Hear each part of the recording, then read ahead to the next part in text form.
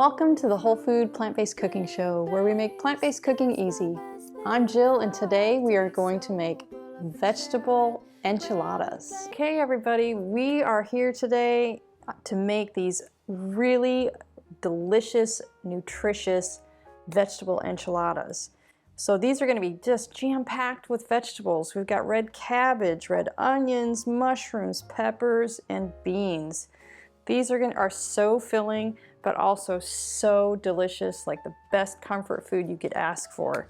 So we're just gonna jump right in. But first I wanna give a shout out to Naomi. She's just the sweetest girl. She's been leaving all these really wonderful comments for me, and I know she's been watching for a long time, so hey Naomi. All right, so first we're gonna get our onions sauteing. And if you want the full recipe, the recipe will be in the link in the details below. So this is one large red onion that I've just diced, and I'm going to cook them together with the mushrooms. And I'm going to do that because we're not sauteing with oil. So if you saute your mushrooms with your onions, as the mushrooms cook, the moisture comes out of the mushrooms, and it keeps the onions from sticking to the bottom of the pan. So we're just going to cook these until your onions are nice and translucent, and then we'll add our other ingredients. Okay, so our onions and mushrooms, you see that? They're all cooked down pretty well. Now we're going to add the cabbage and the red peppers. And that was one 8-ounce box of mushrooms that I diced up really small. This is 3 cups of red cabbage, but you could use green cabbage. And if you don't really care for cabbage that much, even though you're not going to taste it in here, you're not going to be able to determine that that's cabbage. But if you really don't like cabbage, you could always use kale or spinach or some other type of green that you prefer. And this is 1 red pepper, diced very small. The same thing here, we're just going to cook it down a bit until that cabbage is soft. And just a tip, if your pan does start to stick a little bit, I always like to have a little cup of water on hand. You can just put just a little bit of water in there, a couple tablespoons, and it'll come right free. It won't stick to the bottom of that pan at all. So we're just gonna let this cook down for, it might take 5 to 10 more minutes on medium-high, and then we can start getting the other stuff going. Okay, so if you see here, now our cabbage is really well cooked down, but the red peppers are still nice and vibrant colored. So I'm gonna set this down here, and we're gonna add a couple of other ingredients here.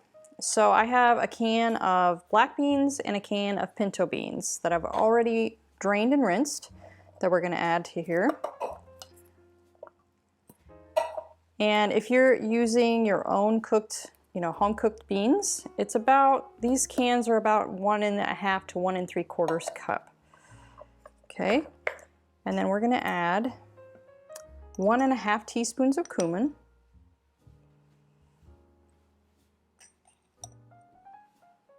And then we're gonna add some of the red sauce to this, but we gotta mix that up first. So I'm gonna stir that just a little bit. Now we're gonna make our red sauce. So I have one 15-ounce can of fire roasted tomatoes. You can use regular tomatoes too, they're fine, but I like the flavor of the fire roasted. It just gives the sauce just another layer of flavor.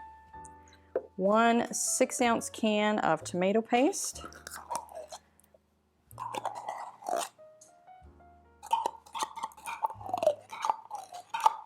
Try to get as much out of there as I can.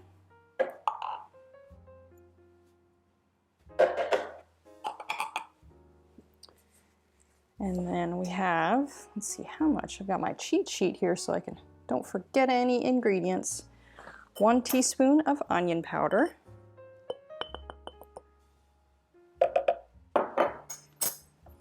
And a 1/2 teaspoon of garlic powder, and I don't have any garlic powder, I just have these minced garlic, which will be fine because they're going to be blended up. And then, oops, I think there's a 1/2 teaspoon of cumin in here too. Okay, so now we're just going to blend that up until all of those tomato chunks are blended really fine.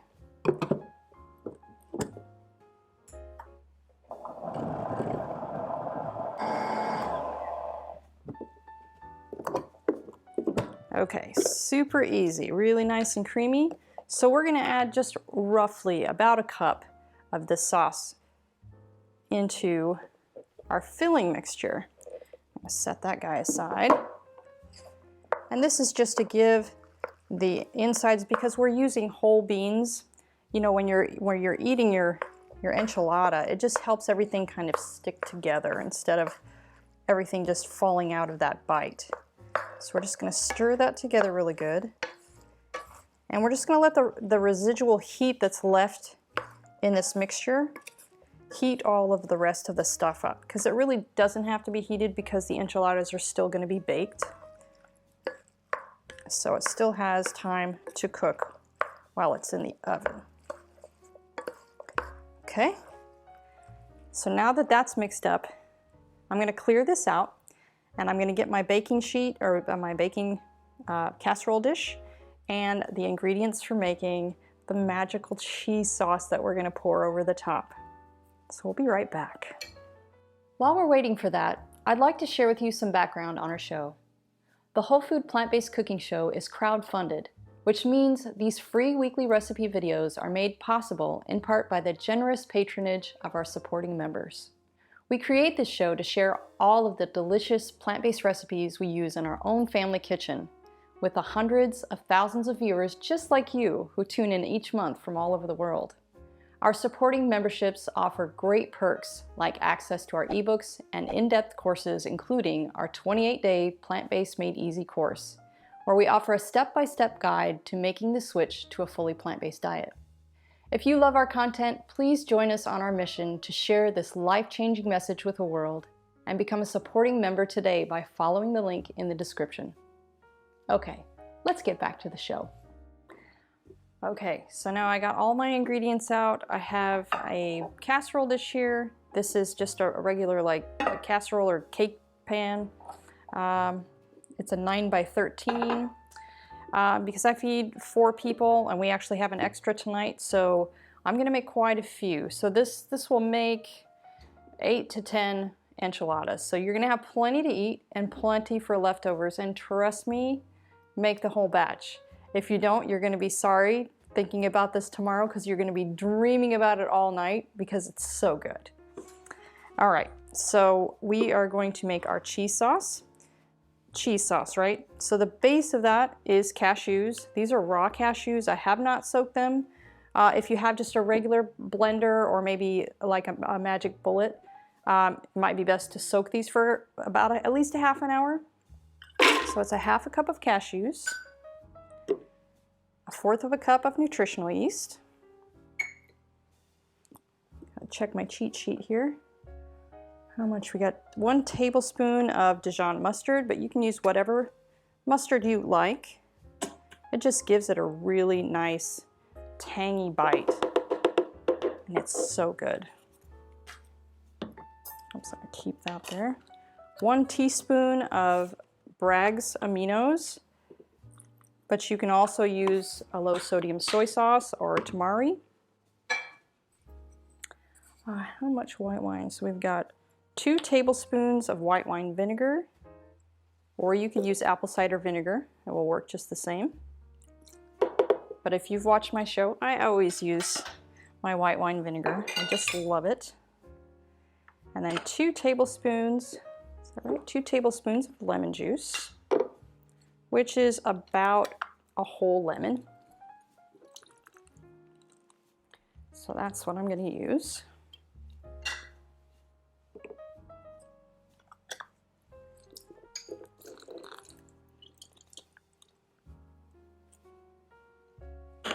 And this sauce is a similar sauce to what I use on my lasagna, my pizza. It's just a really good kind of all-around, all-purpose cheese sauce. And then we have 1 teaspoon of onion powder, because I put onion powder in everything, because it just tastes so darn good. And then 1 cup of water. Okay. Now we're just going to blend this until there are no more chunks of cashews and it's really, really creamy.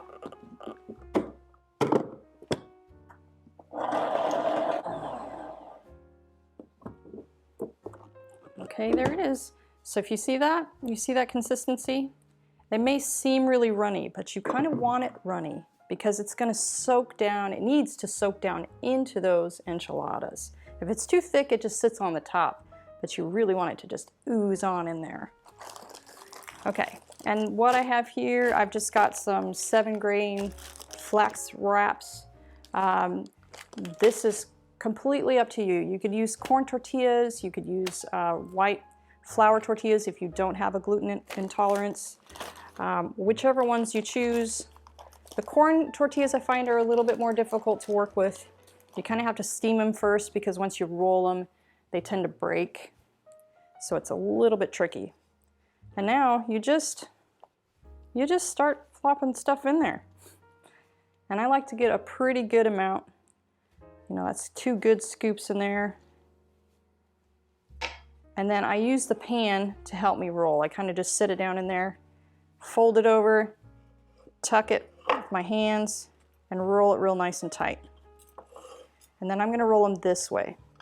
Even though these tortillas are a little bit big, I just tuck the ends down in there, smash it up good to the side, and go to the next one.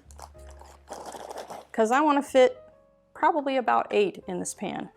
And I'll probably make a few extra. I have a little bread pan because we've got an extra one tonight.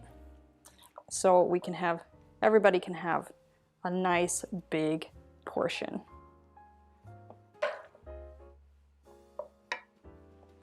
And you just keep rolling till you use up all of that mixture. And then we're gonna put them in the oven. So my oven is already preheated to 350 degrees. And we're gonna let them bake. Well, I'll show you how to, once I get all these rolled, I'll show you how to put all the sauces on. And then we'll bake them for about 50 minutes.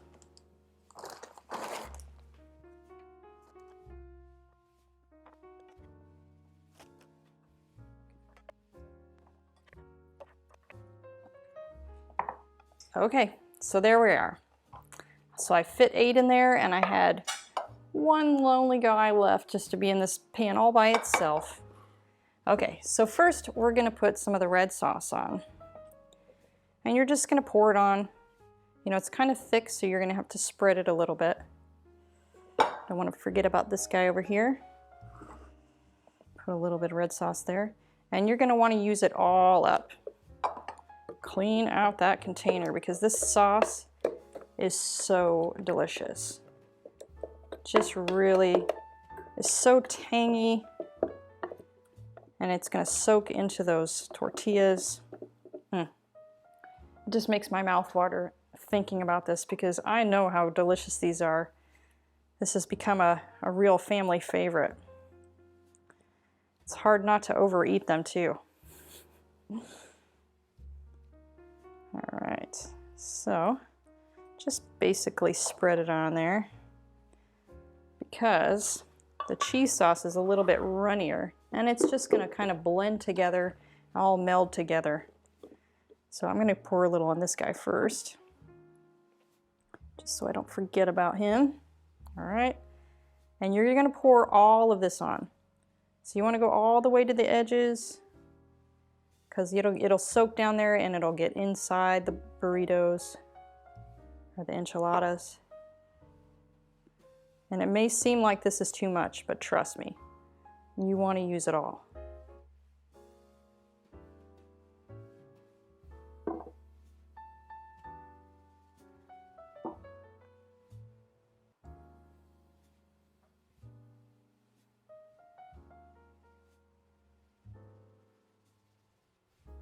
Okay, there we go. Now all that's left is to bake them. So we're gonna stick them in the oven for 50 minutes and then we get to eat.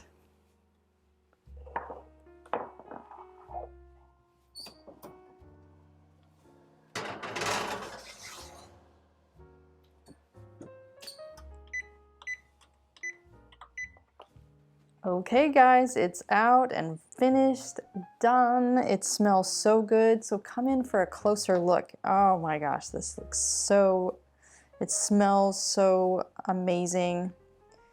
All right, so I'm gonna let this cool off for a few minutes and then I'll meet you at the table for a taste.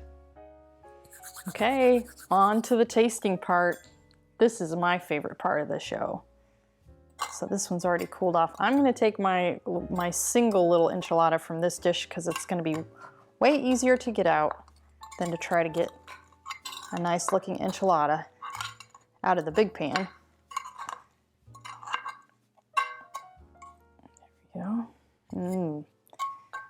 And I like to eat mine. I just made a really simple yogurt sauce instead of sour cream. I have a yogurt episode. If you want to check that out, we'll give you a link in the details below. And I mixed in some onion powder, some lemon juice, and a little bit of nutritional yeast just for flavor. So I'm going to pour some of that on there. And then, of course, I can't have enchiladas without hot sauce. So this is just one of my favorites. I love all kinds of hot sauce, but Cholula is a pretty good one. A little sauce on there. Let's taste. I'm gonna cut off the end first. This end got a little bit dry because it was just in there by itself.